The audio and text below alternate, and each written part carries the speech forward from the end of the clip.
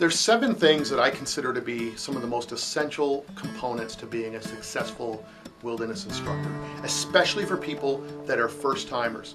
And many times people get asked to be an instructor even before you're really ready, or sometimes you apply to a camp because you want to be part of that team, but you don't really know exactly what you're doing yet. And that's totally natural, and it's understandable. And sometimes people ask me, well, how can I be ready to do this? What do I need to know to really have a really good experience? And so what I did was I put together these 7 things, and I hope it helps you. And this is really for new folks. So those of you that are really experienced, if you have questions or comments that you'd like to add that you think would be important, please fill them out below the comments of this video. Get in touch with me. I'll try to add that, because we want to be as best we can be. So any of your advice would be great and very welcome. So anyway, I've been a wilderness camp director for 25 years. I've hired tons and tons of people every year, all through the year, throughout the summer, and I've trained tons and tons of people. And so these are my kind of like essential components that I think instructors should have as being like able to really get the job done and have a successful season. So number 1, this is something that happens before the season, which is get trained. If you can, take CPR. That's like a 2-hour class. Take first aid. You can take a basic first aid and basic CPR class for about $70. Usually it's like 2 or 3 hours. And it's really basic, but it's still, you're certified, and you're going to feel more confident knowing how to help in an emergency.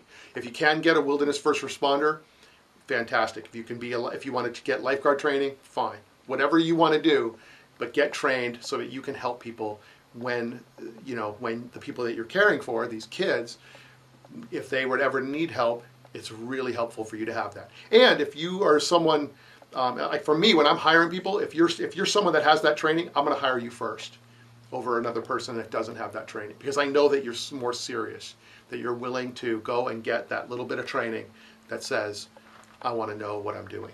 So that's going to help you and the kids, so it's a win-win.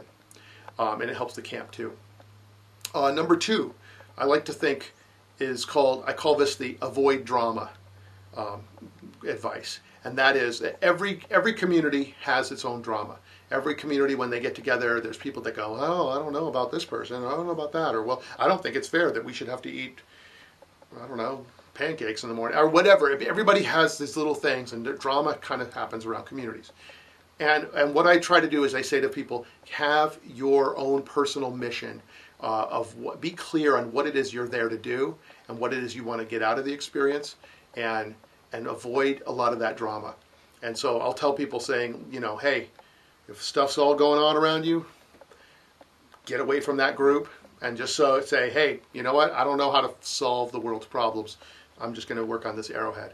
I'm going to coal burn this spoon. I'm going to work on my projects and just do stuff that makes you feel good and stay focused on being there with the kids or being there to learn.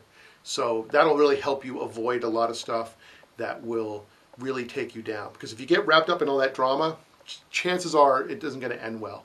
And then that's one of the main reasons why people get fired in the middle of the summer or something, is because it's just like, okay, at a certain point, a director or manager or camp director just goes, okay, I can't handle this anymore. It's over. So don't be one of those guys. Stay focused. Have your mission. You'll be good. Number 3, this kind of applies to anyone who's working for a camp or a wilderness program that you might not be familiar with. And that is respect the program that you're in. Take that program that you're doing and really learn what their rules are and learn why they have certain rules. And then make sure that you follow those rules, and remember that, even if the rules seem stupid to you. Like I remember one program that was all about, they said, oh, you cannot eat any wild foods. And I'm like, what about berries? What about strawberries or blueberries or raspberries? They said, no wild foods at all. That's just what the state requires. That's what our organization requires. That's the rule. And I was like, oh, that's crazy, right? So I was like, that's crazy. That's a crazy thing. And then I remember, like about 2 years later, I was up in a canyon up in Utah, and I remember eating yucca flowers. And I took a piece of a yucca flower off, and I was going to grab the whole one, but I ended up just breaking off a piece. So I threw that in my mouth, and I was going for another one. And all of a sudden, the back of my mouth started swelling up, and I realized I was having an allergic reaction. And luckily, it didn't get to be a full-blown thing. But I was like 7 miles up this canyon, after a 20-mile dirt road. Like, I would not have made it to the hospital in time if I'd eaten like 5 of those flowers. And so I was having an allergic reaction to a wild food that I'd had many times before, but now I ended up getting a reaction. And so the reason why some of these rules are in place is that organizations are saying, hey, we just don't know if kids are allergic to some of these things, and because we're in the wilderness or because we're out there, we don't want to put our kids at risk. So there's very good reasons for the most part. And sometimes the reasons are stupid, and that's just how it is. And you have to kind of then go, all right, well, if that's the case, then let's do what we can do with what we have. Honestly, that's what you learn in survival anyway, is to go, what is it that we have, and how can we have the best time with what situation we have. Sometimes I go to a school and the only thing they have is an asphalt parking lot. So it's hard to learn about the wilderness in asphalt parking lot, but we do our best, and sometimes I have to bring stuff in. You just do with whatever you can with what you have, but you really want to respect the program, and if you do that, you'll stay on the good side of management, and they're the ones that write your recommendation, and they're the ones that hire you back, and they're the ones that really will support you. So you want to support them, and you want to support those parents. Kids are parent. I'm a parent. My kid is the only thing that's important to me in my whole life. I have a lot of other stuff. I would get rid of everything I have to help my kid and to make sure my kid's okay. So part of the respecting the program is respecting other people's kids. And if you're a first-time instructor on this stuff, you probably don't have kids, so you probably don't even know what that means. You probably can't even imagine how much parents love their kids. So I'm just making this as a good reminder to say it's really, really important. And if you do that, parents are going to thank you because they want their kid to take some risks. I'm not saying your program can't take risks, but you want to do it within the context of the program, and you want to really make sure that you're as safe as you can. Be prepared. That's number 4. I don't know why I numbered these because I just have the list going. Be prepared means if you're going to do a program like that involves a campfire, and it's supposed to start at 6 o'clock, get your firewood and get everything you need. Get your tinder made, everything you need so that at 6 o'clock you can rock and roll. Don't show up at 6 and then start getting firewood and then doing something else, and all of a sudden now your program doesn't start for an hour.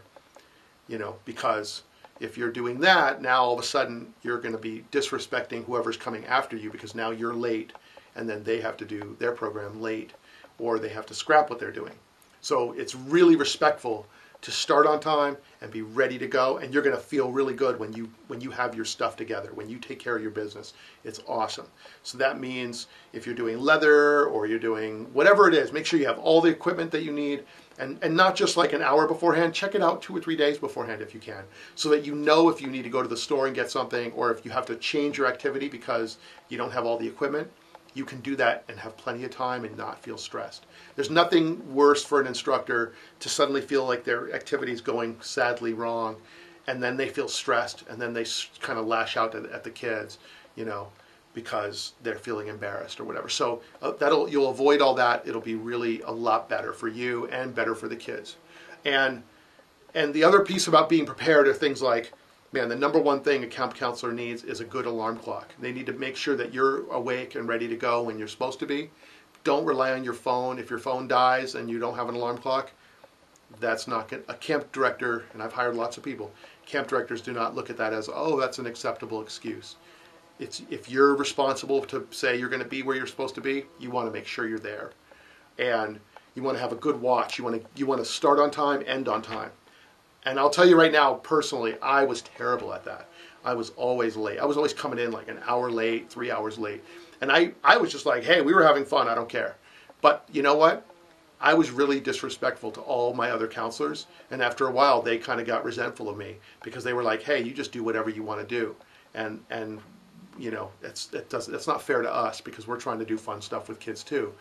And so, when you work off of that respect, I've learned that I can't be just like a bull in a china shop. I've got to find my place within that program and then let other people build their place. So if you're respectful of them and starting and ending on time, it's really, really helpful. And you're going to make a lot more friends that way.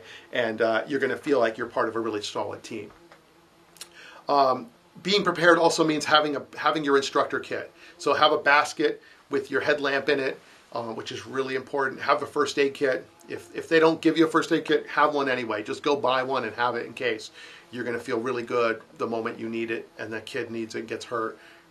You're going to feel really good being able to whip out a Band-Aid or whatever it is that they need. It's helpful to have stuff like bandanas in there, you know, a knife, some string. A lot of times in the woods, I'll bring, if I'm on a hike, I'll bring like a 10 by 12 tarp and roll it up really tight, and I'll put a lot of string in there so that if we get caught in a rainstorm, my group of 8 kids or whatever, we can huddle under that tarp. We can whip that out and string it up real quick. And that's really fun, just because that way you can tell stories and you're not just all getting wet. Anything you need, matches. Sometimes if you're in the winter, you know, you're doing stuff, bringing matches, a lighter. Sometimes I'll even bring like a little tiny snack for people just to make sure that they have a little tiny pick-me-up halfway through the activity. Whatever you think you need, being prepared is really awesome. And the third part of this whole thing is about cleaning up. So making sure that when you do start on time and you finish on time, that after your activity you really wrap it up. You leave the room better than you found it. You leave the woods better than you found it. That you clean up and, you know, camouflage your campfire pit if you're not supposed to be making a fire there. You know, you want to put it back to normal. Make sure all of your tools are back in the right place. That will really help you make friends too. And the directors will love you. Believe me. All right. Number 5 is, remember what Tom Brown used to say. And he probably still says this. If you're struggling in survival in the wilderness, then probably your skills suck. You know, he usually didn't say probably. He said your skills just suck because you should be good at that survival training. You should know. And if you're struggling out there, then it means that some of your skills somewhere are lacking, that you're missing some key components. And I know that's true for my survival outings. If I can't make a fire because it was raining, that's because I didn't practice how to make fire in the rain. And so therefore, if I was miserable and I couldn't cook my food, it was my fault, and I had to then go and know what I had to work on. So when you go to a place like a first-time camp that you're teaching at, your skills, you're not going to have good skills at teaching kids necessarily. You might have some good skills that kids like, but you're probably not going to, you're going to have a long way to go. I still am learning every year. So when you're going and teaching kids, you want to learn from the other instructors, learn from the other counselors. There were people that I couldn't stand when I was first learning a lot of my skills that I was teaching at camps. There was some guys that I was like, oh man, I really do not like this person. You know, just for whatever reason, you know, my own ego or whatever. But I had to admit that this person was masterful at playing capture the flag and leading a really wonderful activity. I had to admit that certain people I didn't necessarily agree with everything could tell stories around the campfire and captivate everyone. Most of the time I liked everybody, so I mean, I don't get the picture of like that I don't care or like anyone. That's not true at all, but I'm just saying that learn from everyone. Watch what they do, watch how they interact with kids, ask them questions, study what they're up to.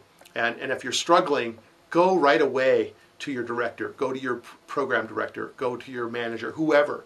Go to someone and say, hey, I'm really struggling with my group, or hey, how could I be better? What are some things? Don't be afraid to ask. If you stay focused on that mission of yours and you take that opportunity, you know, when you work at a program, you have an opportunity to get the knowledge of all of those other instructors that are there. So lean on them, appreciate them, thank them for whatever, reflect back what you're learning from them and how it's affecting your teaching, and just grow as much as you can. And I guarantee you will suck less. Okay, number 6, moving on. Number 6 is a concept that so many native people have told me, especially a lot of the elders, and they would say, Ricardo, always remember it's quality over quantity. Always remember that what's important is not teaching 100 people, but you know, that are kind of like lightly taught. but it's better to teach 5 people really, really deeply. And that goes true for your instructor curriculum. So when you have your group or your program or whatever, it's not, you don't want to always imitate a workshop where you're being crammed full of information. Kids do a lot better.